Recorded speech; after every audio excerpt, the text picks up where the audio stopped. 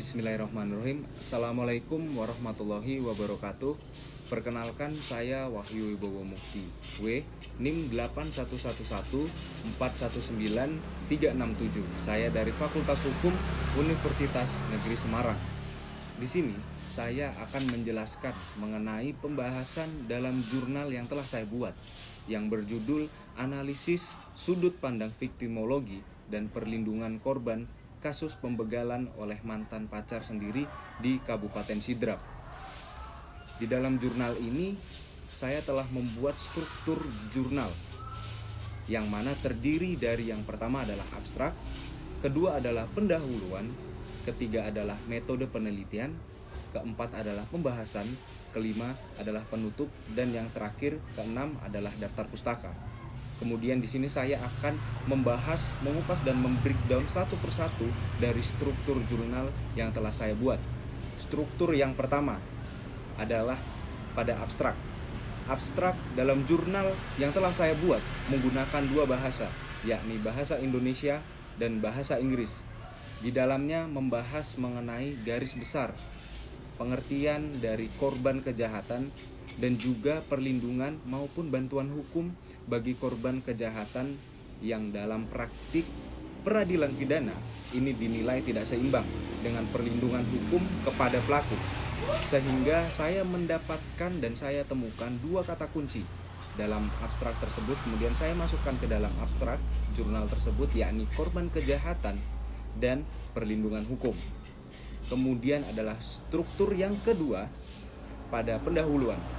Pendahuluan dalam jurnal yang telah saya buat membahas tentang pengertian dari korban kejahatan. Benjamin Mendelssohn berpendapat bahwa korban kejahatan menurut perspektif hukum pidana adalah sebuah bentuk terminologi yang diciptakan dalam ilmu kriminologi dan viktimologi yang kemudian dikembangkan dalam hukum pidana dan atau sistem peradilan pidana.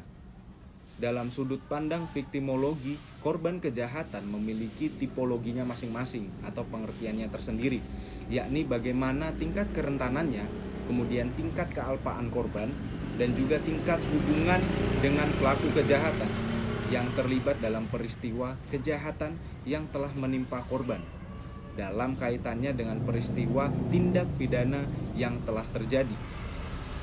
Permasalahan utama terhadap pemenuhan hak dan kepentingan dari korban sampai saat ini dalam praktiknya di peradilan pidana Indonesia masih terkesan terabaikan dan belum mendapatkan perhatian yang lebih.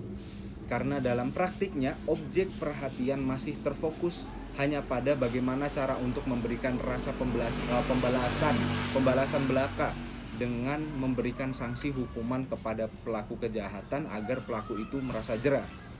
Cukup pada pendahuluan, kemudian kita lanjut pada struktur jurnal yang ketiga, pada metode penelitian.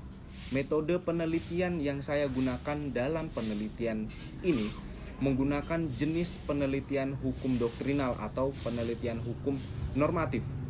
Jenis penelitian hukum doktrinal atau normatif dalam penelitian ini mengumpulkan dan menganalisis sumber-sumber data sekunder berupa literatur, pendapat ahli, jurnal, buku-buku ilmiah, peraturan perundang-undangan, dan bahan pustaka lainnya yang memiliki hubungan erat dengan perkara di dalam penelitian jurnal ini.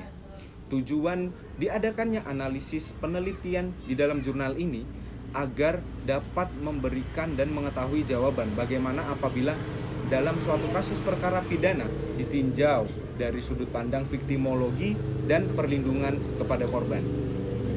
Baiklah, kita masuk ke dalam struktur jurnal yang keempat, pada pembahasan. Dalam bagian pembahasan jurnal ini saya telah membagi dua poin besar pembahasan di dalamnya.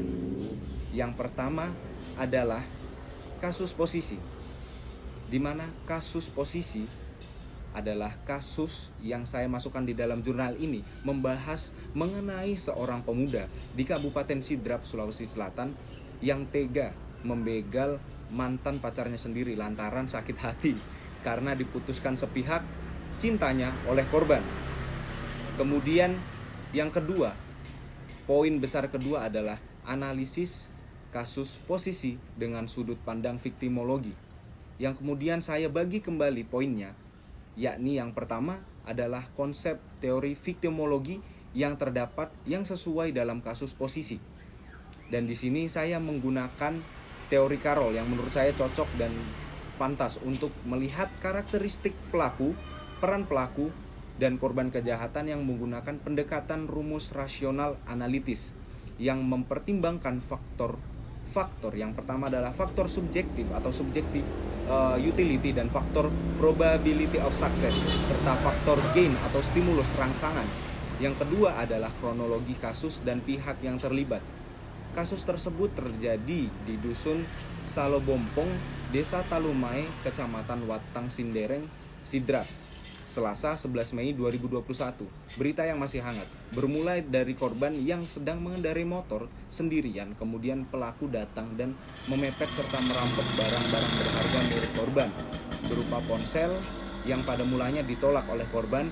Kemudian tiba-tiba pelaku menarik tas di motor korban. Kemudian pelaku segera mengambil uang tunai sejumlah 2 juta rupiah, lalu segera kabur. Di dalam kasus ini terdapat 2 pihak yang terlibat, yaitu Ipang alias Irfan berumur 24 tahun sebagai pelaku dan perempuan berinisial DE sebagai korban sekaligus mantan pacar dari pelaku.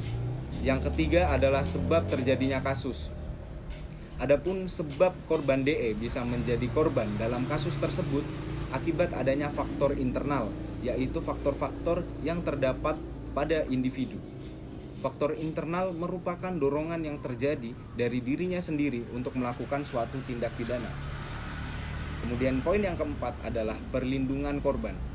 Dengan dasar perlindungan hukum bagi korbannya termuat dalam ketentuan dasar, konstitusional, dan beberapa peraturan, yakni pada pasal 27 ayat 1 Undang-Undang Dasar 1945 hasil amandemen, bahwa segala warga negara bersamaan kedudukannya di dalam hukum dan pemerintahan dan wajib menjunjung hukum dan pemerintahan itu dengan tidak ada kecualinya.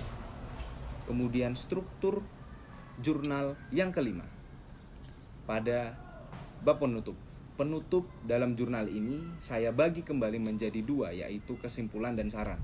Kesimpulan dalam jurnal ini adalah permasalahan utama terhadap pemenuhan hak dan kepentingan dari korban sampai saat ini masih terkesan terabaikan dan belum mendapatkan perhatian yang lebih, terutama di Indonesia, karena dalam praktiknya objek perhatian masih terfokus hanya pada bagaimana cara untuk memberikan rasa pembalasan belaka dengan memberikan sanksi-sanksi hukum kepada pelaku kejahatan.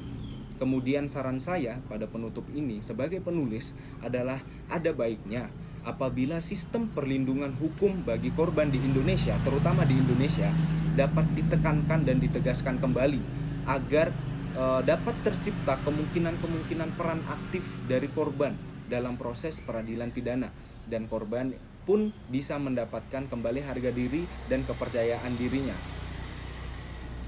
Lalu struktur yang terakhir, struktur yang keenam adalah daftar pustaka. Dalam jurnal yang telah saya buat ini, saya mengambil sumber dari beberapa jenis sumber, yakni sumber dari buku, sumber berita, dan sumber undang-undang sebagai hukum positif yang ada di Indonesia. Mungkin cukup sekian dari saya penjelasan dan breakdown ataupun pengupasan jurnal yang telah saya buat. Terima kasih sebelumnya. Wassalamualaikum warahmatullahi wabarakatuh.